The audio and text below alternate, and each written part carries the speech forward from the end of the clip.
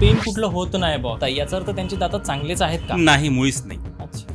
मी तर तुम्हाला मानेचं दुखणं, डोक्याचं दुखणं, हाताचं दुखणं, they are related to dental things. जर तुमचे दात हलणार नाही तर सो कॉल्ड जे म्हणतो आपण 70व्या वर्षी दात पडतात. सर्वात मोठं मिथ आहे, म्हातारपणाने कोणाचेच दात पडत नाही, काळजी न घेतल्याने पडतात. तुमच्या दातांमध्ये प्रॉपर म्हणजे हाडामध्ये इन्फेक्शन झालं असेल, क्रोनिक इन्फेक्शन असेल, that infection might travel through your blood system to your heart also. बापरे. येस. आणि तुमच्या हार्टचे जे वॉल्स असतात त्यांनाही इन्फेक्शन ते करू शकतात. दाढ काढली किंवा दाताचं कुठलं ऑपरेशन केलं की डोळ्यावर परिणाम होतो, हां हां, असं भरपूर लोक म्हणतात. राईट. तसं खरंच होतं का डोळ्यावर? कुठे ना कुठे कोइन्सिडन्स तर राहीलच ना. मला कोणीतरी पाहिजे ज्याच्यावरती ते ब्लेम टाकू शकलं पाहिजे. मग मी इतक्यात मी काय केलं होतं,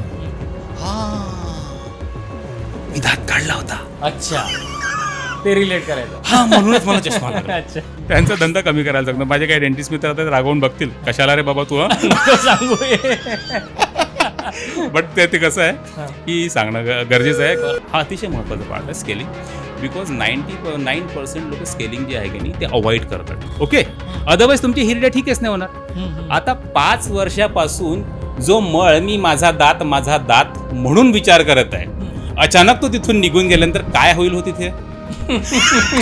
पण त्याचे सिम्पटम्स काय असतात मग ओरल कॅन्सरचे? सर्वात मोठा प्रॉब्लेम हाच आहे की त्याचे सिम्पटम्स नाही राहत. त्याचे सिम्पटम्स आणि टूथेकचे सिम्पटम्स किंवा मोबाईल टूथचे सिम्पटम्स सारखे आहेत. अच्छा. It is up to my experience, up to my calibre to diagnose oral cancer patient. ज्याला कॅन्सर असतो ना तो मुळीच डेस्परेट नसतो. सर हा जो दात आहे ना, हा दात इथला हलतोय सर, जरा बघा बरं. अरे वा. आणि 6 महिने सीए ज्याला प्रॉपरली झालेला आहे सीए.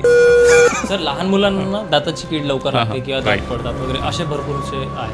सर असं का बरं? आणि होतं मग त्याला चॉकलेट खाऊ नको, हे खाऊ नको, ते खाऊ नको, असं खूप मग चालतं त्यांच्या मागे.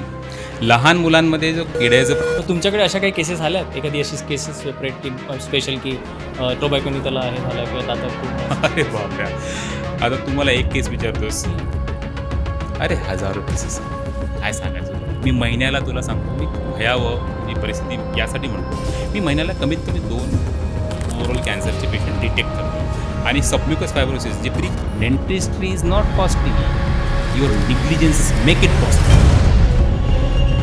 मी याला ब्रश करत आहे, घासत आहे, एकदाच घासणार आहे का मी समजून घ्या वयाच्या 10व्या वर्षापासून चालू केलं असं इमॅजिन करा. 5व्या वर्षापासून तीन गोष्टी आल्या. म्हणून जर एखाद्या वेळेस जर खडा लागला ना, बघ जाता थांबतो आपण.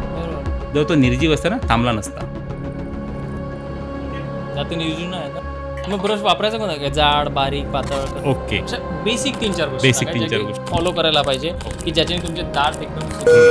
त्यांकडे 3 वेगवेगळे कॉम्पोनंट चालला खर्रा देश विदेशामध्ये. तुमचे दात कसे आहे तुम्ही खाली कमेंट करा, म्हणजे सर सांगते तुम्हाला. आणि आपल्या दाताचा फोटो अपलोड करा आमच्या फेसबुकवर. राईट.